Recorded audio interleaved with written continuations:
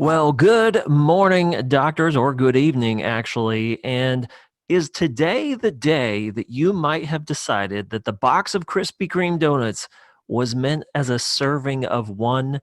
If that's you and you've had a tough day, and we know that so many of you listening, for so many doctors, nurses, PAs, your team, it's been tough this past year. Let's be honest.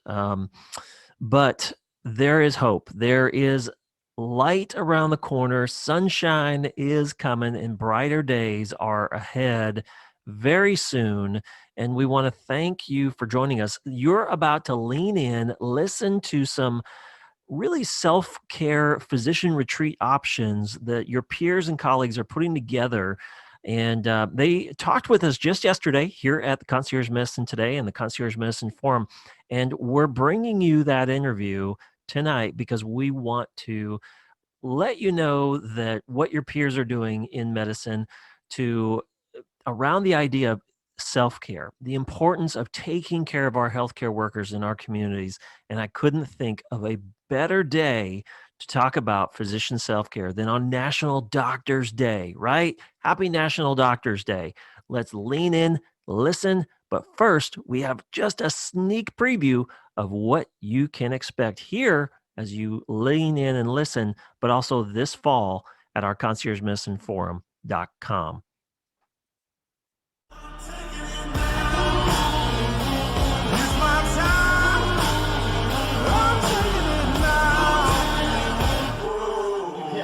Pain points in medicine, and that is, why the hell do we do what we do? Why do we do what we do? I would ask anybody out there practicing medicine, why the hell do we have waiting rooms? So that patients can come in to figure out how healthy they are for their annual exam while you sit them down next to somebody who's sick. So they've now given you time and money to leave your office experience sicker than when they showed up. I do not believe in waiting rooms. If you start to believe in what you're doing, fear tends to become less of an issue. The first step is really Thanks, man. It's great to be here, especially to be here with so many people that think the same and are all focused on the same thing, the patient, and I love being a part of it. So thanks for having me on today, Mike. Absolutely. Accepting that growth mindset, that's another thing that I've been reading about recently, accepting our growth mindset and not thinking that, well, the system has failed me or I've failed in this particular situation, but really thinking about, what have I learned? What can I bring with me that's useful to whatever I do next? How can I apply this thing that I've learned to whatever that next step might be for me? I think really those are some of the most helpful things that we can do, sort of starting from with, that's me being defensive. What is going on for me? So the more physicians and leaders can continuously look inward, introspect, what's happening for me? And I would recommend, do not ask why questions. There is research from an organizational psychologist named Tasha Eurich. She is an expert in self-awareness, and she speaks about introspection. She finds that people who introspect with why questions are actually less happy than even those who don't bother to be introspective at all. Use what questions. Really drive what's happening for me, what's the story in my head, what is it that I want here, what can I do differently, and keep the attention here. So if I feel any kind of flare-up or tension, we tend to constrict, right? So like, I worked with one leader who his tendency when he got defensive was, you would literally could see that he would get rigid, right? And it would be all through his shoulders and his neck and like his head, and like everything about it was different. So here's something really, really goofy. Can you wiggle? In a conversation, if it feels like it's going off course, can you in that moment, like, do you have the ability to wiggle your body? I know that I don't when I'm feeling defensive. And that is a test for me. That is a sign that I am defensive, and I can make a shift. I can go, oh, some kind of insecurity is being triggered in me, which means that I'm not showing up my best. What is happening for me? What is the story in my head that's causing that level of trigger and that level of defensiveness and that level of rigidity? Because when I get rigid, it's going to invite other people to also get defensive. Access to me 24/7, and is my phone going to be ringing constantly off the hook? And how will I have a life of my own? And I found that the large majority of patients are not calling and texting you 24/7. But I think there's reassurance in knowing that they can. if that makes any sense. Just knowing that you will be there for me. In small practice, we know that this is how we stay in business, by knowing business. And so to us, in solo and small group, and especially concierge medicine, these skills are part and parcel of taking good care of the patient. What your patient has a problem is important. And I think that's where being a concierge physician gives me the edge, because I know my patient. I know who's a complainer, I know who's not a complainer. So if someone comes in and says, I feel short of breath and I'm a little winded, and he never does it, I know there is an issue. So I need to catch that up, and that is the key. And the most important thing is that I need to be mindful when I'm in the patient's room. If I'm in a patient's room and I'm thinking about, oh, I have to do that today, or I have to talk to Michael 2 hours later, then I'm not really paying attention and catching the vibes that my patient is giving me. So being there present and not looking at the computer screen and seeing in patient's eye, I think is the best answer I can give you. Exam will follow. If you don't catch what the person is saying, you won't do the right exam or test. And we're coming in for a landing. So, one of my mentors, John Maxwell, I'm sure you know John. Oh, yeah. What he taught me a long time ago is this, Charlie, adding value to yourself, that's success, and that's okay. But when you add value to others, that's called significance, right? And I like that approach. And I've learned, if I can give to people that need help, doctors, if I can just give and I can show you how to implement and I can coach you together, we can remind everyone of what skills it requires to come across authentically and to build trust with patients in a virtual world. But also, how do we use these foundational communication skills in all of our interactions? And for a lot of physicians, as you well know, you've had those conversations around the coffee table and kitchen table and island. And that there are competing healthcare platforms and visions. And I'm not afraid to talk about it. So it no matter who wins this. We're all in this together, and the more we love and support each other through it, the easier it's going to be on the other side. Like we tell our kids at home, my wife and I, we make sure you wash those thumbs. You can't forget about washing those thumbs too, because it's easy to wash the other 4 fingers. But... Let the notes flow, a symphony. Now I can say things differently. Yeah. Really great thing. You've got an idea. You've got a medical practice. You've got patients who come in and out. But that thing that you want to do called concierge medicine, there's a learning curve to it. Do you want to accept insurance? Do you want to participate in Medicare? Do you want to do a hybrid practice? What's your staff going to look like? Are you going to incorporate different tests inside of the office? And if you're interested in me speaking a little bit of truth to you, and sometimes it's not as easy as we think. We want somebody to just say, oh yeah, you can do this right away. It'll take you like a week. Sometimes we don't really want to hear that. There's the learning curve to this. And the speakers that you're going to hear, the presentations and courses that you have access to within this community are here designed especially for you.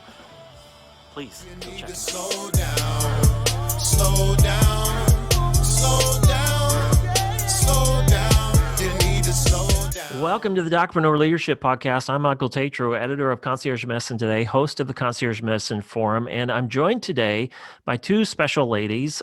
We have Dr. Dana Neacsu, and we also have Maria Angelova. So I want to thank you, ladies, for being with us today. Absolutely. Absolutely. Thank you for having us, Michael. So Thank you. we are here actually for an important reason, because you guys have a couple of events coming up aimed at what's happening in the marketplace to physicians. A lot of tragic things, the pandemic, a lot of good things have come out of the pandemic, but a lot of difficult things. For instance, while the rest of the world got to take a break and spend more time at home, our healthcare workers and physicians in our local communities have been busier than ever, more swamped than ever. And that's not always the case for many physicians who have planned well and had those things already. We're social distancing before it was cool, so to speak. But you guys have a couple of events geared towards healthcare providers that we want to talk about, and talk about the subject matter in that. So I'll throw it over to you, Dr. Dana, first, and tell us a little bit about who you are and what you're involved in. Yes, hi. Thank you for having us. And I'm Dana Neacsu, and I'm trained in both conventional medicine and also functional medicine with Andrew Weil and Mark Hyman and a number of other really super smart doctors around the country. And my goal really for the rest of the doctors and everybody else for that is to teach them how can you use diet and stress reduction and different supplements in order to speed that healing process, or even just to really optimize your brain and your body, because I think it's so much needed, especially after, like you said, after this past year, and especially for people who are really multitasking every day and just under a lot of stress. Wow. And Maria, we're old friends. So Maria, tell us a bit about who you are, what you do for those that haven't met you yet. Hello, and thank you. My name is Maria Angelova, and I am a body-mind coach. So I help people who are successful, but who are achy and stiff, and whose minds are on overdrive, if you know of any people like that, who can't sleep well, who are just not feeling comfortable in their bodies and their minds, and are looking for finding freedom in their bodies and freedom in their minds. So it's very holistic. I use intentional Pilates-inspired movement to create physical and mental awareness so that we can feel better and function better, perform better, but also be achy-free, pain-free. And so you ladies have partnered together to develop some events coming up here soon. Talk to us a little bit about what you're doing. I'll lead with you, Dr. Dana, first, and then we'll jump over to you, Maria, for a second part of the explanation.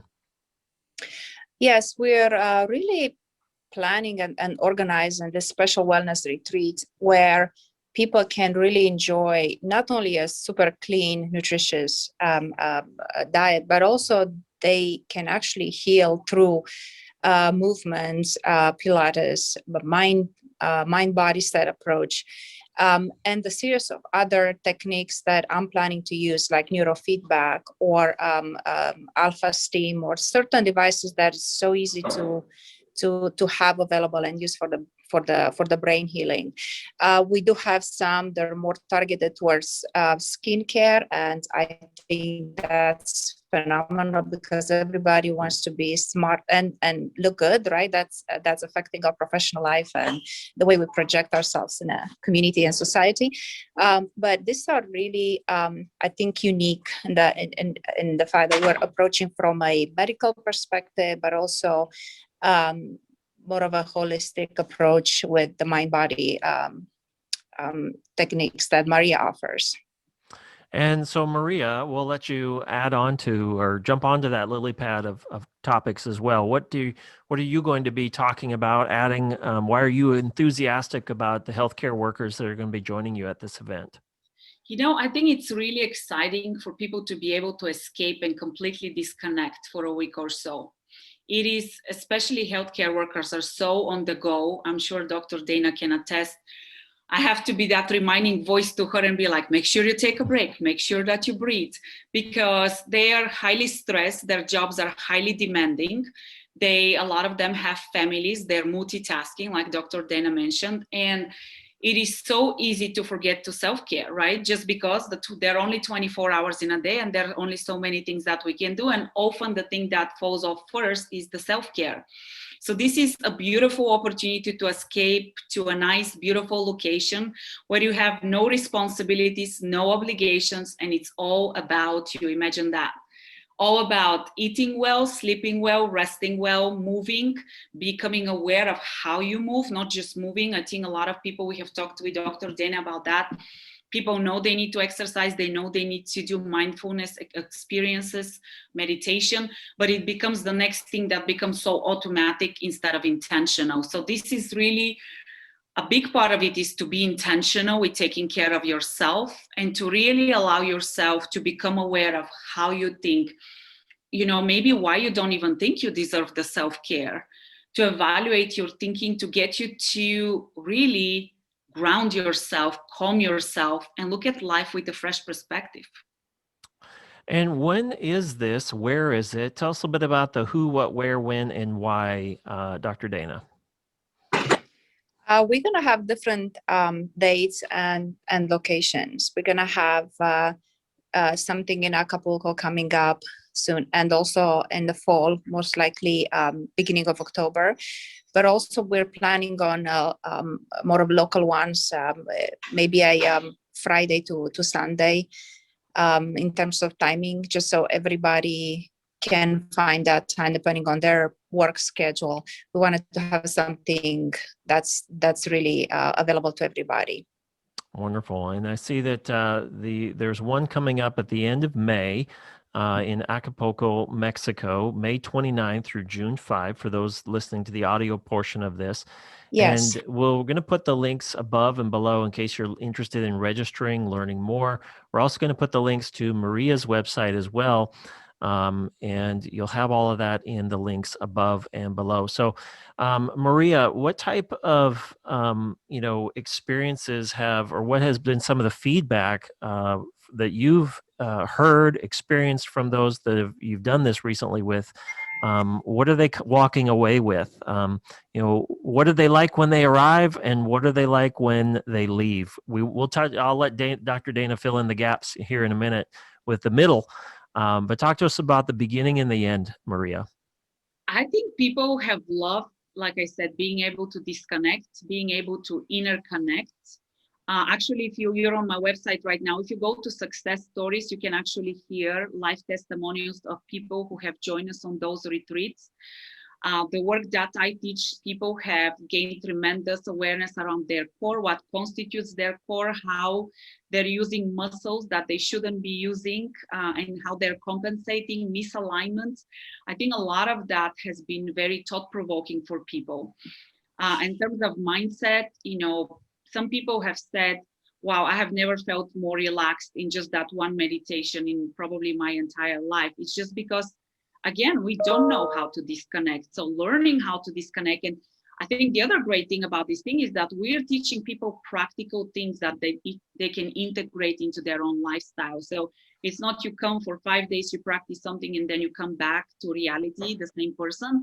These are transformational, life-changing events that create a lot of awareness around everything in your life. And truthfully, like I said, people have been very positive. I highly encourage people to listen to the testimonials and hear what are the things that some live people who have come to those events have stated. And some of these are existing clients in person, but some of the top ones are from the retreats. Wonderful. And so we're going to pivot over to you, Dr. Dana. People have arrived. They're excited, enthusiastic, wondering what's going to happen, how this is going to impact their life, how that when they return to the business of medicine, how they're going to maybe be hopefully different. Fill in the gaps for us about what happens at these retreats and these events, such as the one coming up in the end of May.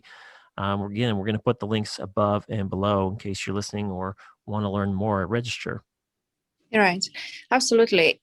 So the one coming up in May, it's going to be really, really, I think, amazing, because it's going to work on both really, like I said, the body, and Maria covered some of those steps and how this is really going to help them. But from what we've noticed, just from the last retreat and those couple of days that we spent together, when people leave, we would get messages from them, and they would say, oh, you know what? I noticed that I really now my posture has changed, or I'm always thinking, what did Maria say about how can I help my body heal and just maintain that posture? And the same for the techniques that I use. Their skin looks amazing. This is what we're going to work on this upcoming one in May. I'm all a big fan of non-invasive modern techniques like plasma pen and microcurrent, that special type of laser that's really going to make their skin healthy. And this is not just about erasing each wrinkle, but rather just how can you look refreshed? How can you project that best version of yourself. For the future retreats, I think even more exciting than the skin health is going to be the brain health. That's a big passion of mine, and where we're going to use the neurofeedback. And that's really more of a peak performance, because at the end of the week, you will really notice a difference in memory, focus, the ability to just multitask. Now, that's always a good thing. Don't get me wrong, we shouldn't really be doing that, but I know we have to. And even in the sleeps, people do sleep better. So it's an overall improvement in their, not just the body, but also their brain health. Great. And Maria, we're looking at some of these, photos, some of the recharge, experiences that they're having here. How many people have been going to these events? How many people are slated to go to some of the upcoming events? And you're welcome to list some of the dates. If you're watching, you can see that it's May 29 through June 5. And it is the pricing, everything, it's all taken care of. Great accommodations, a private villa, a private chef. This is a retreat for you. If you're out there listening and you're thinking like, yeah, I could really use this. I've been a nurse for so long. I've been a doctor for so long. This has been, I deserve this. And there's nothing wrong with, feeling like you deserve this, because you, as a healthcare worker listening, have an impossible job. You put on the weight of the world every single day. And, this is something where your peers in medicine, your peers in healthcare, your peers in health and wellness are giving back to you and saying, we're offering this retreat. Come join us. This is your invitation. And as we all know, it's better to be invited to something versus expected to go to something. So take the time out to go to these websites above and below. Check out this upcoming events, as well as the other events that they're both hosting. So I'm sorry, I filled the void there for a minute, but I'll let you jump in there, Maria. So these retreats are not meant to be mass events. For this retreat, we are aiming to get between 8 and 12 people, and 12 is our max. We really want everybody to feel that special attention. We don't want to be overcrowded. These events are the perfect blend of activities as well as having your own time to do whatever that you want to. Of course, we discourage you from having to check emails and text messages, but we do realize that's part of life. We really encourage you to take the time to breathe, to connect with other people, to have conversations, to lie by the pool, to soak the sun, to take a nap, whatever, all of those things that we don't get to do. The last retreat, there were these beautiful hammocks and people just hung by the hammocks. Some people had a drink, some people had a tea, and we had this profound conversation. I think another powerful thing about this retreat is that you go, you don't know who is going to be there. You are there with strangers, but then you leave having created lifelong friendships. People really connect, people get to be vulnerable, people get to share. I think a lot of times the people that go to these events are looking for the same thing. So it's a very safe place to be yourself, to get to unwind, to unleash your authenticity and to recharge. So again, small group of people. The villa that we are renting in Acapulco is an amazing place. We're going to have the whole place by ourselves. You literally be treated like royalty, and you enjoy the views of the bay, the quiet, the peace, and it's going to be serenity, tranquility, inner connection, recharge. It's just beautiful. Can you tell I'm getting excited just talking about it? I'm getting excited just by looking at the pictures of the mango, the cantaloupe, and the pineapple fruit. It looks very fresh, extremely deep in Everything color. is fresh. Everything is locally sourced. The diet is no gluten, no sugar. We have a set menu for lunch and dinner. We do accommodations if anybody doesn't need something in particular. Breakfast, we get fresh fruits, we get omelets, we get freshly squeezed juices. I mean, it is really an event of a lifetime. And I think a lot of times some people ask me, who goes to these retreats? Because it's just not something that we're used to doing. But once people discover them, the feedback is like, wow, I can't believe I have never been to one of these. When is the next one? Yeah. So highly encourage you, if you're feeling stressed out, overwhelmed, if you feel like you need some time to yourself, definitely consider, because you will get so much return for yourself from this little investment. And Dr. Dana, we're going to pivot over to you for one of our final questions. So you're the audience, right? You're the one that's listening. You're burned out. You're tired. You're frustrated. You're fatigued. You're like, or maybe you're none of those things. And you're like, I deserve a break, darn it. And you're talking to a group of peers now, addressing them.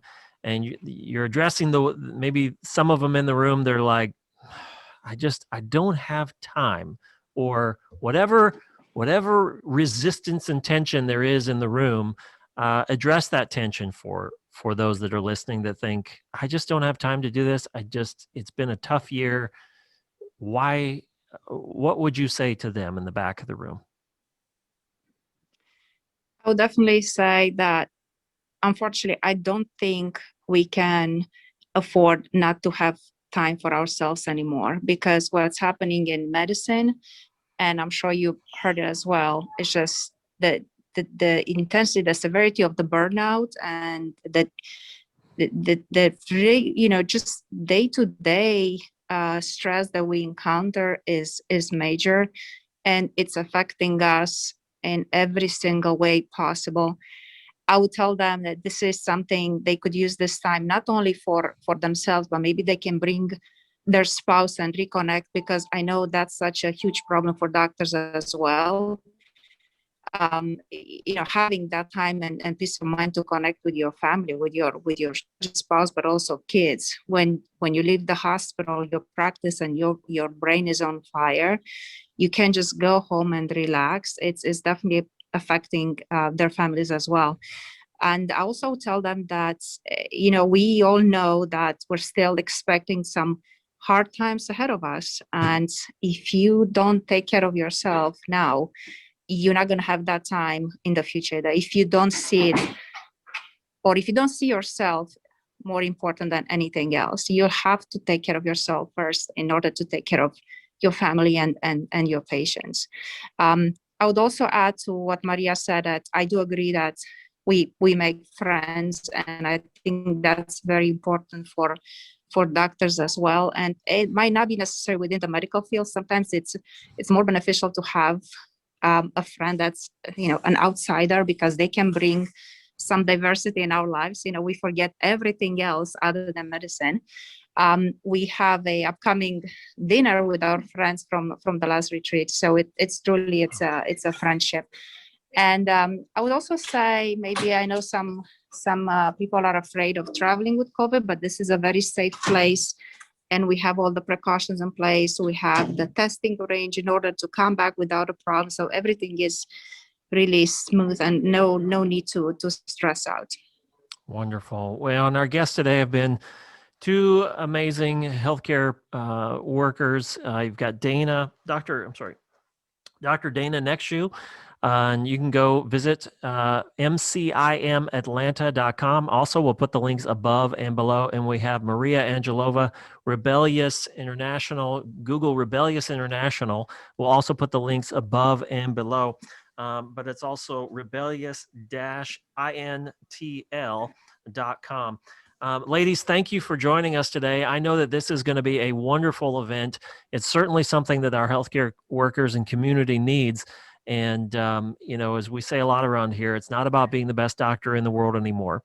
It's about being the best doctor for the world, for your patients, and for your local community. And I'll add one more to that as a courtesy to Dr. Dana here, is you got to do this for yourself. You need to do this for you. And with the divorce rates rising among physicians, this has been a tough year for everybody. And it's time you invest in yourself. This is your opportunity. Things will get a little bit quieter. Yeah, we might have a few bumps in the road, potholes, speed bumps, but the time for you to start planning to take care of yourself and potentially your spouse too is now. So start planning now. We'll put the links above and below. Thank you, ladies, for joining us today. Thank you. So much, Thank you for having us. Yes, hopefully this can reach out the right people who can benefit from this. We're very passionate about getting others to make themselves a priority. Absolutely. Thank you, ladies. Absolutely. Thank you. Thank you, Michael. Let the notes